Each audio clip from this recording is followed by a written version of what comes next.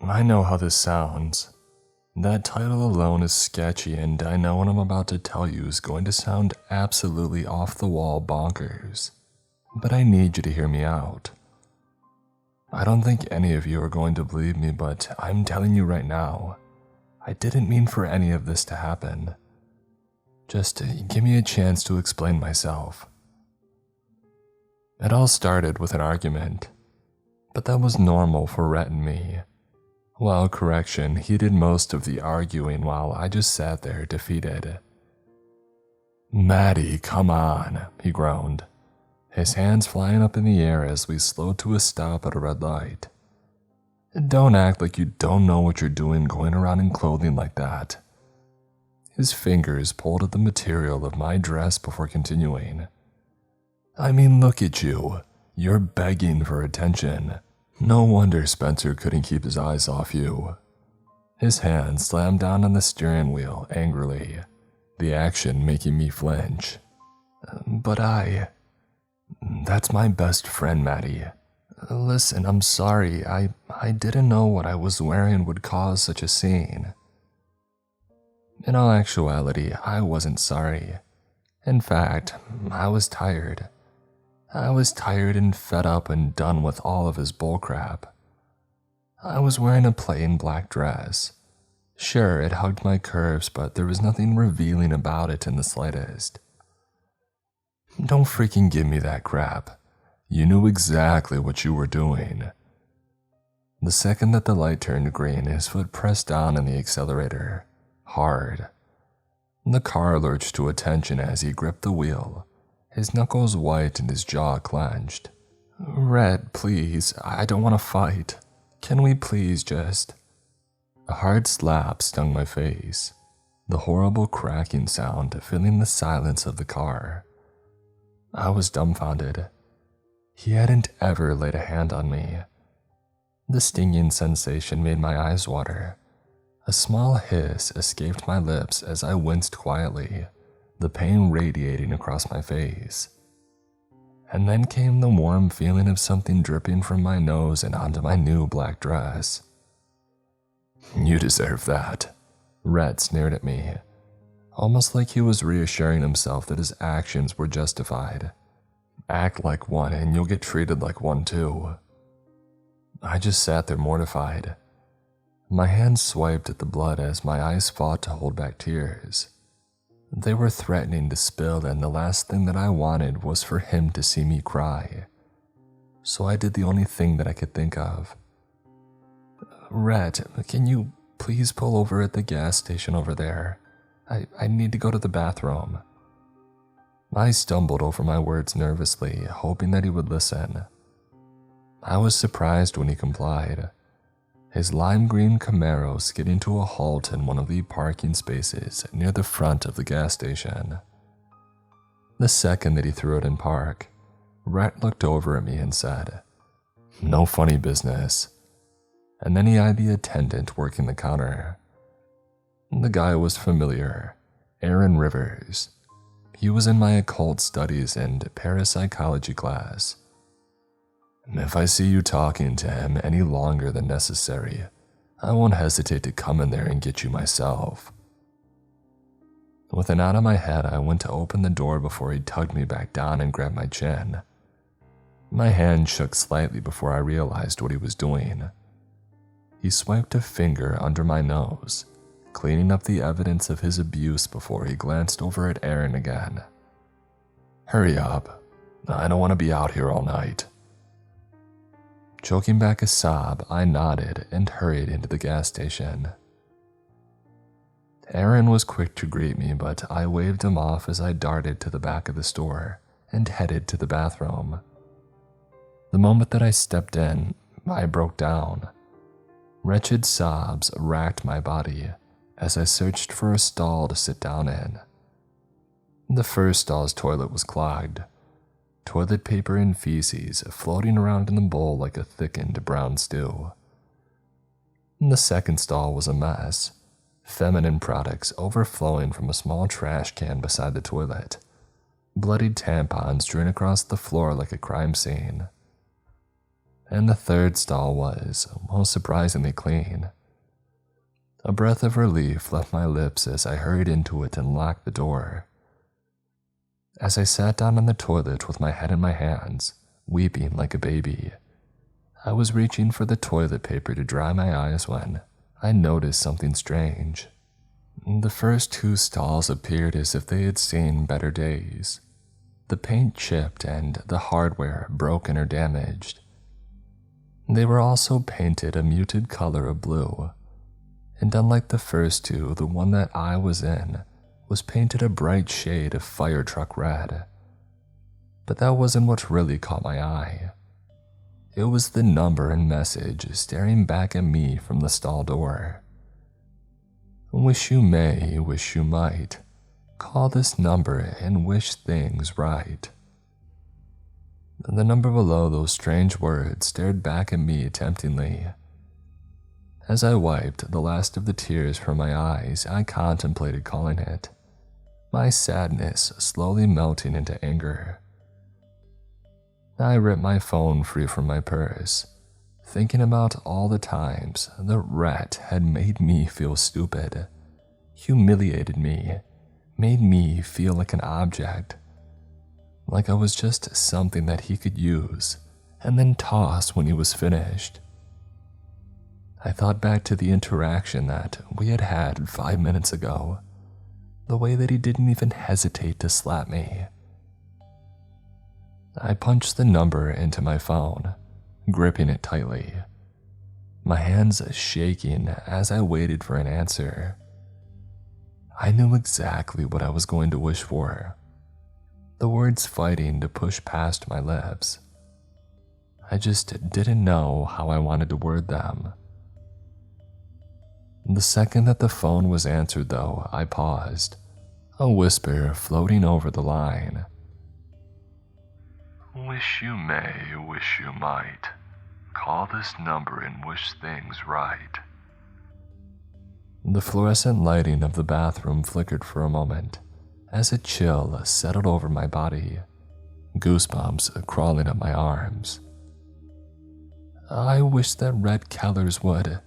My voice wavered as I fought to grit out the words between clenched teeth, my anger simmering dangerously close to rage. I wish he would. Frustration bubbled up and overflowed as I punched the stall door and screamed into the receiver. I wish he would freaking trip over a fork and die or something.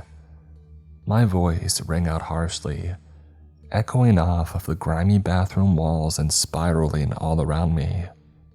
The moment everything went quiet, my chest heaving as I fought to control my breathing, I noticed the light above my head flicker again. A crackle sounded over the phone, my hands fumbling to hold it closer to my ear. I waited for only a second before I heard it. Wish granted. And then the call disconnected. I pulled the phone away from my face, took a deep breath, and I leaned up against the stall. I knew that it was probably just some stupid fake, pre-recorded message or something.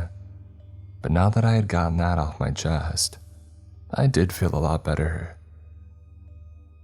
With a turn of my heel, I reached to unlock the door and froze. The number and the cryptic message were no longer there. In fact, the door was perfectly clean and blue. What the? My mind was spinning, but I didn't have long to think about that before Rhett's name flashed up at me on my phone. My eyes darted to the time, 11:11 p.m. Oh shoot, I had been in here for way too long. Fear coursed through me the second that I scrambled to answer, an apology already dancing on the tip of my tongue. Red, I'm so... Hey, I came in to get some nachos and I realized that I forgot my wallet at the party. Spencer said that he would bring it to me tomorrow, but I need you to spot me a couple dollars. A sigh of relief blew past my lips as I shoved open the stall and walked towards the bathroom door. Sure, yeah, I can do that. The second I stepped out, I dug through my purse for a couple of dollars before heading over to Rhett. He was standing at the cheese machine, a heaping mountain of liquid gold glistening upon layers of chips. Hey, he turned, his finger pointing toward the packaged plastic utensils. Can you grab me one of those? This gas station cheese sticks to your fingers like cement. I handed him the money, nodded, and grabbed one of the packages. I started to unwrap it for him before he yanked it out of my hands and turned to head up to the cash register. Before he could make it though, I froze, stunned when he turned and slipped on a puddle on the floor. A bright yellow wet floor sign glared up at him as he slid, almost dropping his nachos in the process. He did, however, drop his utensils. I waited for a string of curses to fly from his lips before he stepped forward and tripped again. And once again, I stood there in stunned silence. This time, not because he had tripped, but because of what he had tripped over. Horrified, I watched the gruesome scene unfold before me, my eyes as wide as saucers and my eyebrows raised. One of my hands flew up to cover my mouth. It was like it happened in slow motion. In one fell swoop, his foot tripped over the fork, catapulting it up into the air for a second. The prongs facing towards the sky before Rhett landed on it with a thud, a loud meaty thud. The second it pierced through the vein in his neck, it was a bloodbath. Crimson splattered up like a fountain before pooling around him. There was no way that anyone would believe this, but then I remembered. Aaron. Standing across from me, Aaron glanced at me and then at Rhett. Fear coursed through me as I watched Rhett choke and sputter before he finally laid still. That should have been impossible.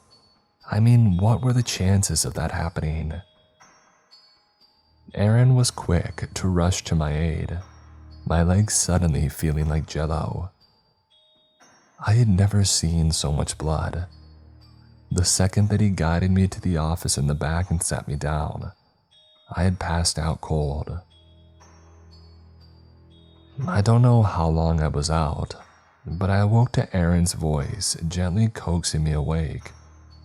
Once I finally peeled open my eyes, I noticed that he was crouched down in front of me, but no matter what I did, I just couldn't rid my mind of the image of Rhett's blood seeping into the grout, staining it red. It wasn't until Aaron had gently patted my leg and spoke that I had realized. It was all my fault. Maddie, he said, his voice smooth and soft. My eyes met his warm brown ones, that horrible sinking feeling in my gut beginning to spread as thoughts ran around my head like a train, all of them flying off the tracks. I had brought this upon him.